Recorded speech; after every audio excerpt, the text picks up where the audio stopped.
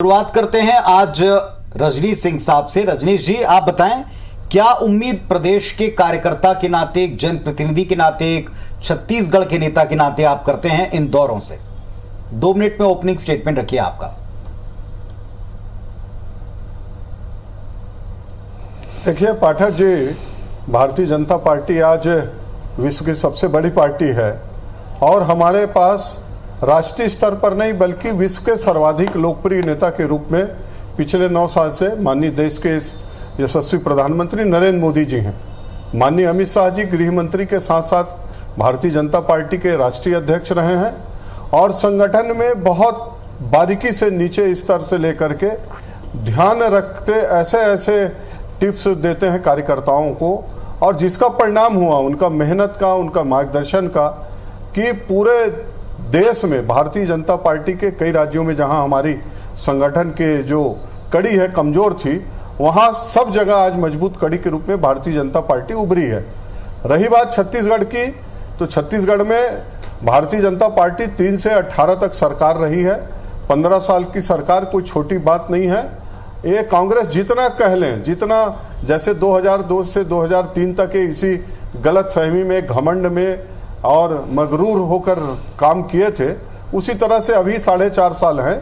3 महीने बाद इनको जवाब मिलेगा। भारतीय जनता पार्टी मजबूत है और माननीय अमित शाह जी के आने से, माननीय 7 तारीख को देश के यशस्वी प्रधानमंत्री नरेंद्र मोदी जी के आने से कार्यकर्ताओं में उत्साह है, भारी उत्साह है और सब तन मन धन से लगे हैं कि दोनों सभा को सफल करें। माननीय अमित शाह जी का जो हमको मार्गदर्शन मिलेगा, चुनावी टिप्स मिलेगा और जो उनके द्वारा दिए गए दिशा निर्देश है, ये हम सब लोगों के लिए आने वाले समय में इस सरकार को उखाड़ फेंकने में बहुत कारगर सिद्ध होगा।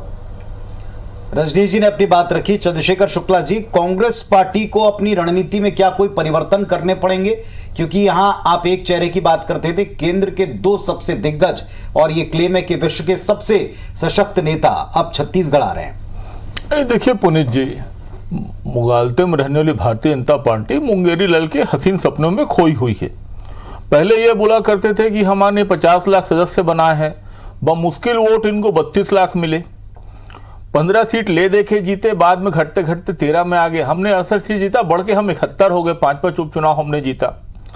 माननीय अमित शाह जी संगठन में सरकार बनाने के लिए लोकतंत्र को लूट तंत्र में बदलने के लिए प्रसिद्ध है। वो जो आफ्टर इलेक्शन चालू होता है, ना कि चुनाव के पूर्व। जननेता तो कभी थे ही नहीं।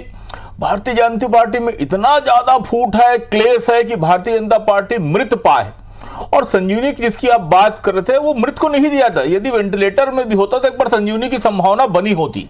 भारतीय जनता पार्टी छत्तीसगढ़ में मृत पाए है और इसीलिए केंद्रीय नेताओं के माथे में बल पड़ चुका है। हताशा व्यथित होकर सारे केंद्रीय मंत्री निरंतर दौरे कर रहे हैं और भूपेश बघेल जी का कद बड़ा हुआ है। उनके कार्य पूरे देश में सराहे जा रहे।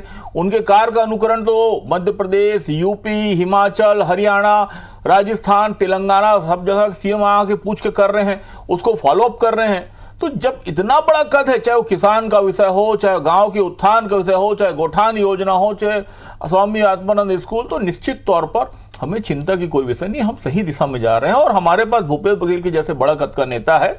निश्चित तौर पर इन्होंने मोदी जी के नेतृत्व में चुनाव लड़ा और जीता भी होगा, लेकिन हाल ही में हिमाचल और कर्नाटक भी इस बात की उदाहरण है। पंजाब में भी एक बुरी कदर मुंह की खाए, भले हवा हम नहीं जीते लेकिन कोई दौर जीता, लेकिन ये मोदी जी के चेहरे को सामने रख के लड़े। तो निश्चित तौर पर मोदी जी अपराजय नहीं है और ये बात अब उनकी ढलान में है। लोग उनके जुमलों से तक गए हैं और 9 साल की हिसाब तो दे नहीं पा रहे हो, वो 15 साल की बात करने चले जाते हैं। अरे 15 साल की उपलब्धि होती तो 15 सीट में आके नहीं टिक जाते, और अब घट के 13 में आ गए। 13 से 15 से 14, 14 से 13 में आ गए। माननीय अमित शाह जी 22 तारीख को आए, उन्होंने ऐसी कोई उपलब्धिपूर्ण बात नहीं, सिर्फ आरोप लगाया। गृह मंत्री थे, इतने सक्षम व्यक्ति, छत्तीसगढ़ के हित के लिए कुछ दे सकते थे, कर सकते थे। ठीक है।